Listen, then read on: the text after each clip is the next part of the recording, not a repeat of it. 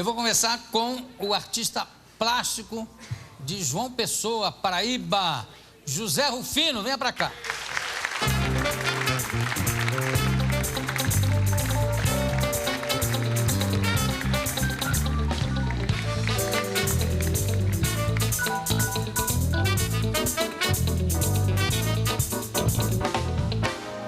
José Rufino, paraibano legítimo. Legítimo.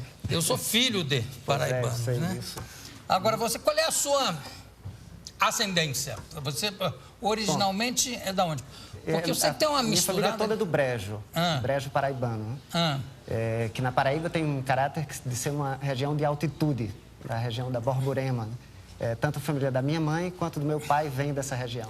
E você também nasceu lá? Eu já nasci em João Pessoa, mas descendo pelo lado de pai de um engenho de açúcar, um engenho chamado Vaca Brava, em Areia. Minha família é a família de José Américo de Almeida, Horácio Almeida, uma família muito ligada à literatura.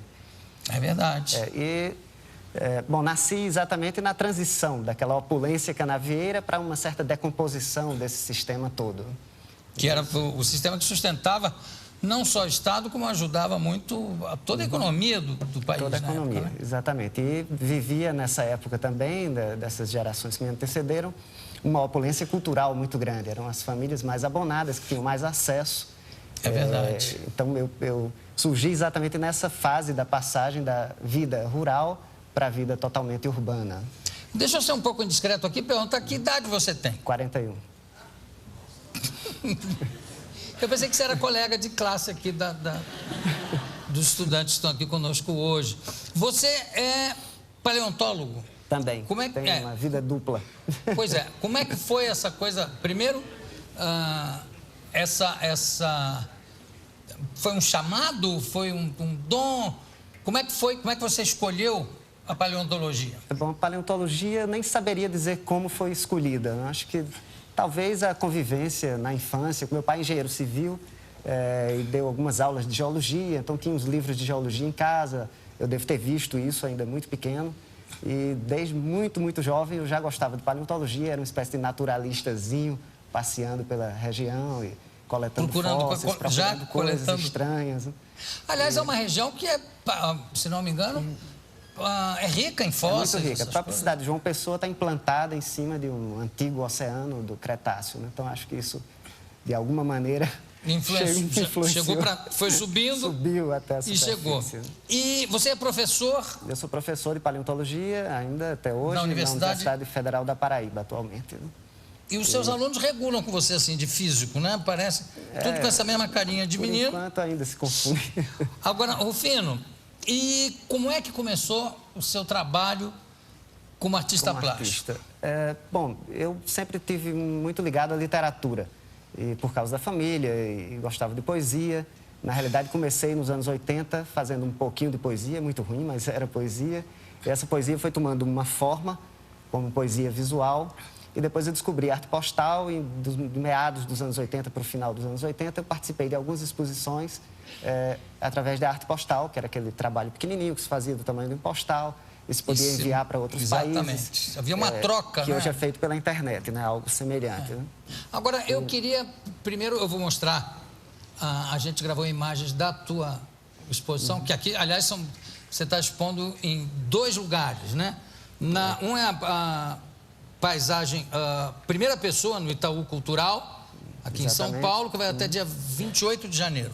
E a outra é a paisagem bruta, na Galeria Virgílio, em São Paulo, até o final de novembro, não é isso? Tem mais uma no Tomiotaki, também uma coletiva dessa geração, chamada Geração da Virada.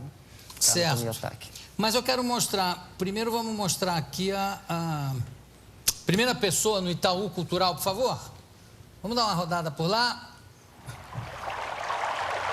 Ó, eu achei fascinante esse tipo de trabalho, com móveis e cadeiras de onde saem raízes. Se chama Lete. Como é que se chama? Lete, que é o rio do esquecimento da mitologia grega. A mitologia grega tem o Mnemosine, que é o rio da lembrança, e Lete, o rio do esquecimento. Esse trabalho praticamente sintetiza assim, a minha estratégia de trabalho. Né?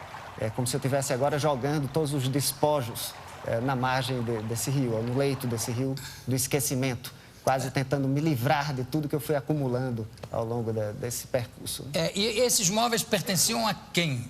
Bom, dessa obra são móveis adquiridos. Sim, mas os Os primeiros todos vinham dessa minha família. Vinham desse universo da cultura canavieira, do ambiente de escritório, da burocracia ligada a essas estruturas de poder. Agora vamos mostrar, por favor, o outro vídeo, tá? Esse que foi feito na Galeria Virgílio. Primeiro, essa Galeria Virgílio é um espaço de interação cultural que tem atividades de artes plásticas, teatro, música, literatura, audiovisual. Tem ali um auditório que a gente não vai mostrar agora, porque não dá. Olha aí. Coletiva. Essa cadeira me impressionou demais. Dá para dar uma parada aí, Vilen, por acaso? Toque. Volta um tiquinho, pode? Volta um pouquinho, Vilen. Aí, para. É uma cadeira e dá... É uma cadeira giratória que substituía aqueles pés por uma raiz. A minha pergunta aqui é a seguinte, essa cadeira, essa escultura, ela poderia estar em pé também, a cadeira? Não. A posição dela... Não poderia, porque ela nos remete exatamente a essa queda, certo? Como se ela tivesse de enchente também, levada pela... Nesse caso aí, eu vejo mais como algo que foi arrancado da sua posição, das suas raízes e tombado, certo? Como uma queda de poder, né? Porque essa cadeira significa, de alguma forma, uma estrutura de poder. Essa, sim, me remete muito ao meu avô, o coronel José Rufino, desse engenho Vaca Brava, e essas estruturas que eu tenho tentado agora me libertar um pouco mais delas. Bom, e falando nisso, a obra que chamou a minha atenção, que mais chamou a minha atenção, foi a das máquinas de escrever. Pode virem agora? Vamos lá. Que a gente vai mostrar agora com as cartas. Esse é um trabalho de 1991. Olha aí. São documentos familiares encobertos por tinta, né? E como é que você trabalhou esse papel para que ele tenha uma durabilidade? Ele está recoberto por várias camadas de têmpera, né? Ele ficou meio duro, parece um couro. Né? Eu vi lá. E eu tenho feito isso muito em várias... Eu tenho uma série de cartas, que talvez vocês tenham imagens aqui também. Eu não sei se tem imagem das cartas, mas eu queria que você... Cartas de areia. Cartas de... areia. Vamos ver. Se tem, pode jogar, por favor, no telão. Isso é um exemplo. Isso são envelopes de família que eu recolhi no engenho do meu avô, após a morte do meu avô. Vai virando, Vilen, por favor. Isso me foi legado. Isso aí é uma carta pintada. E são centenas de desenhos feitos em cartas e envelopes, especialmente nos envelopes. E essa série se chama Cartas de Areia, como algo que a gente não pode mais reter. E areia também por causa da região.